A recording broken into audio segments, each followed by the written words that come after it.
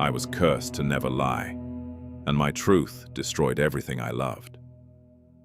It all began on a cold autumn night many years ago.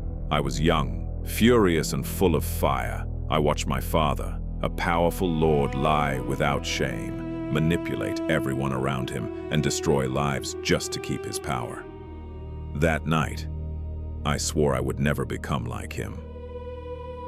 In a moment of pure desperation, I traveled to an ancient forbidden shrine deep in the forest and fell to my knees before the old altar. I begged the gods for one single gift, the ability to never tell a lie again. I wanted to be pure. I wanted to be honest. I wanted to be everything my father was not. The curse was granted instantly. From that very moment, I could not speak a single false word, not even a small, harmless white lie. Every time I tried, my throat would tighten, my chest would burn with fire, and the words simply refused to leave my mouth. At first, I felt blessed. I thought the gods had given me the greatest power a man could have: absolute honesty in a world full of lies. I was so wrong. In a kingdom where everything was built on deception, absolute truth became the most dangerous curse imaginable. When the king asked me if I approved of his new tax that would starve the poor, I could not say, "Yes, your majesty." Instead, I told him the truth, that his plan was cruel and would bring only suffering to his people.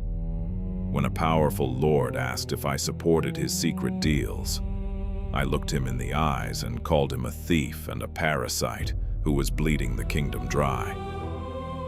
When my fellow knights asked if I still believed in our glorious cause, I told them I no longer knew what was right and what was wrong. One by one, they all turned away from me. My position at court was stripped away within weeks. Friends I had known for years began to avoid me. The woman I loved more than anything left me in tears because I could not hide the painful truth she did not want to hear. Even the common people who once respected me started to fear me. No one wants to hear the brutal truth every single day of their life. I watched my entire world crumble piece by piece, and there was nothing I could do to stop it. I could not soften my words. I could not lie to protect myself or the people I cared about. I was trapped inside my own honesty, like a prisoner in an invisible cage. The worst pain came from the person closest to me, my dearest friend and brother-in-arms, Sir Kyle.